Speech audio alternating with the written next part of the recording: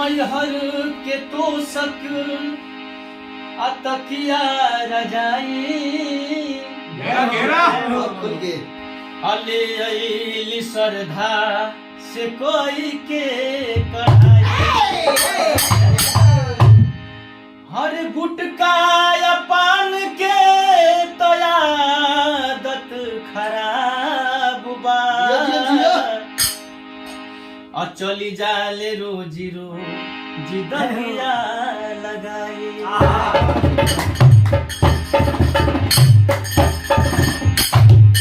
रोजे रोजे के बोलमुआ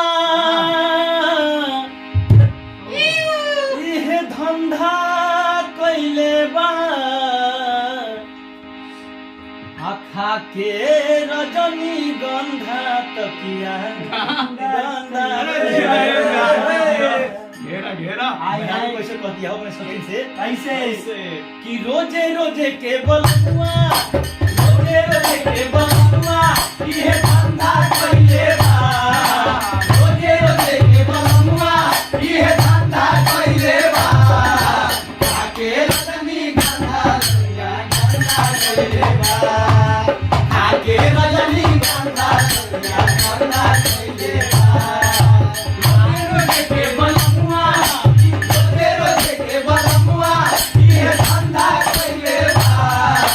रोजे रोजे के बलुआ ये धंधा कैले बा आके रजनी गंधा तकिया गंधा कैले बा आके रजनी गंधा तकिया गंधा कैले बा आई हो दादा कैसन पिया के करी करबा आई हो दादा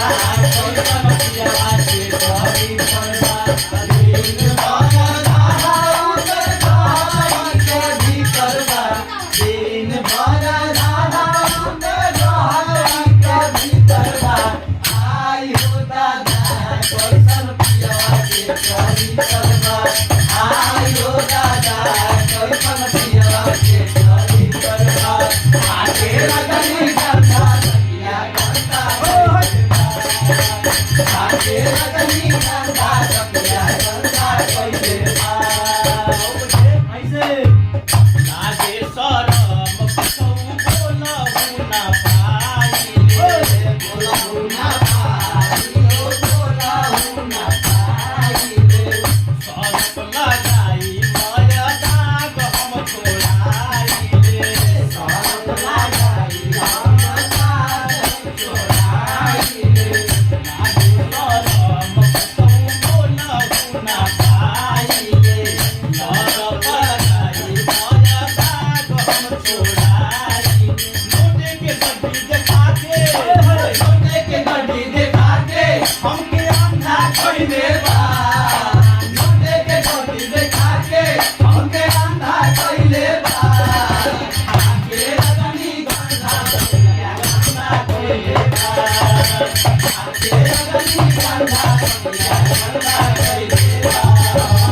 रोजे रोजे के बलुआ ये धंधा कैले बा रोजे रोजे के बलुआ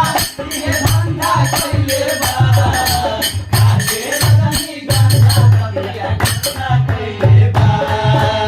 आके रजनी गंधा तकिया गंधा कैले बा आके रजनी गंधा तकिया गंधा कैले बा आके